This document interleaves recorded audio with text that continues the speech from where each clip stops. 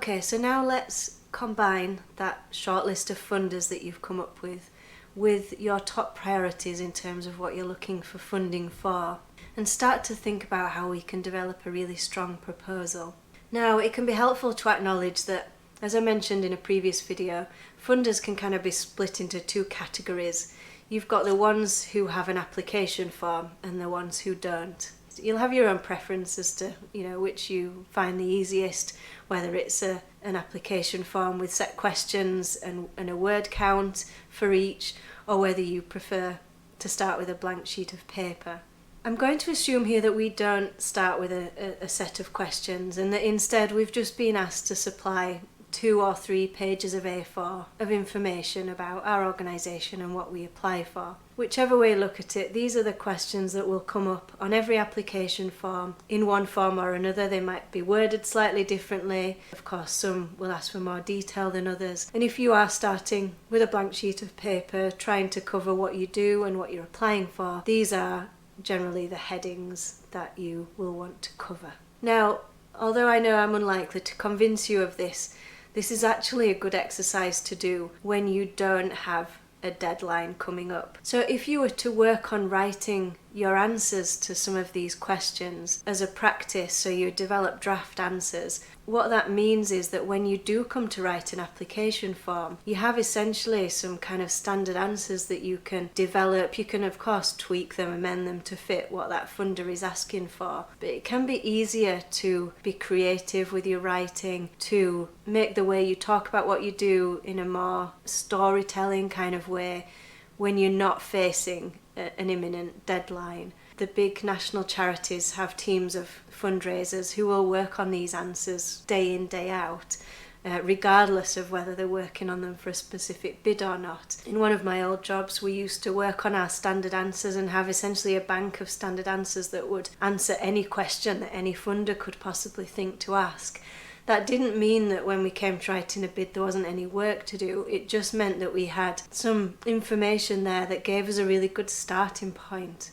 So I know it's unlikely that you're going to want to take a day or two to write some answers seemingly unnecessarily when you're not working on a bid. If you do get a chance to work on them a little bit outside of a deadline, you might just find that you can get across what you want to say in a little bit more of an authentic way. So let's run through what the funder will want to know. They'll want to know what your organisation's aims and objectives are. So what type of organisation is it? And what was it set up to do? Can you give a short overview of your project or your service, whatever you're applying for funding for? And it can be helpful to practice writing about this in different word counts. So sometimes you'll get as little as 50 or 100 words to summarise what you do. Equally, it can be helpful to expand on this and write a longer piece, which of course some funders will ask for as well. But those are the two things to start with. What type of organisation are you? What does it do? And summarising what you're applying for. Defining your project. So can you talk about your project in more detail? Here they want you to be really clear and concise about what you're applying for funding for. And the most important thing to remember here is that the funder doesn't know anything about your organisation. Even if they did, even if you'd spoken to them or you knew someone who worked there, always write from the point of view of the person reading your application won't know anything about what you do. And then how is your project or service delivered and where? So how is it delivered in a workshop style? Is it delivered in person or online? Is it delivered at a particular venue? They want all of those details there as well. The next question that comes up in every application, and even if they don't ask it outright, you need to make sure that you include this, is providing some evidence of need. So what the funder wants to know here is, why is your project needed? Your answer to this should be a combination of your own personal knowledge of what your community or the people that you are set up to serve need and want, plus some official data or statistics to back that up. So for example, if you were delivering food parcels to your local community, you would know how many people needed that service, how many people had requested it. You can also find out the statistics on levels of poverty or people under a certain income level in your area, and use that to back up that there is a need for this service in your area. So a couple of great resources to find those statistics, to find that data that essentially is to back up what you already know intuitively in terms of